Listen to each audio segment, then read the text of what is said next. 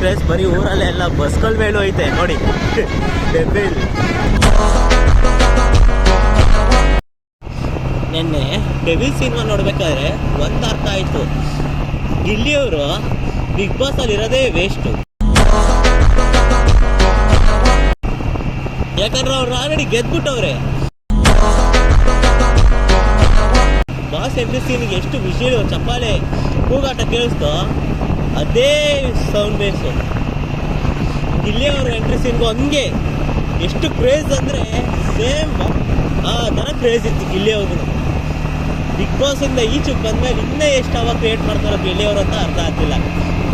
ಈಗಲೇ ಹಿಂಗೆ ಕನ್ಫರ್ಮ್ ಮಾಡ್ಕೊಂಬಿಡಿ ಗಿಲ್ಲಿಯವರ ಗೆಲ್ಲೋದಿಲ್ಲ. ನಿಮ್ಗೆಲ್ಲ ಡಿ ಬಾಸ್ ಕ್ರೇಜ್ ಹೆಂಗೆ ಅರ್ಥ ಆಗಬೇಕು ಅಂದರೆ ಅಕ್ಕಪಕ್ಕ ಲೋಕಲ್ ಥಿಯೇಟ್ರ್ ಇರುತ್ತಲ್ಲ ಅದಕ್ಕೆ ಹೋಗ್ರಿ, ನಿಮ್ಗೆ ಅಲ್ಲೇ ಗೊತ್ತಾಗುತ್ತೆ. ಎಲ್ಲರೂ ಎಡಿಟ್ ಮಾಡಬೇಕು ಒಂದು ಟ್ರೆಂಡ್ ಯೂಸ್ ಮಾಡ್ತಾರೆ. ನಾನು ಇವತ್ತು ಆ ಟ್ರೆಂಡ್ ಯೂಸ್ ಮಾಡ್ತೀನಿ. ಹೇಗಿರುತ್ತೆ ಕಮೆಂಟ್ ಮಾಡಿ.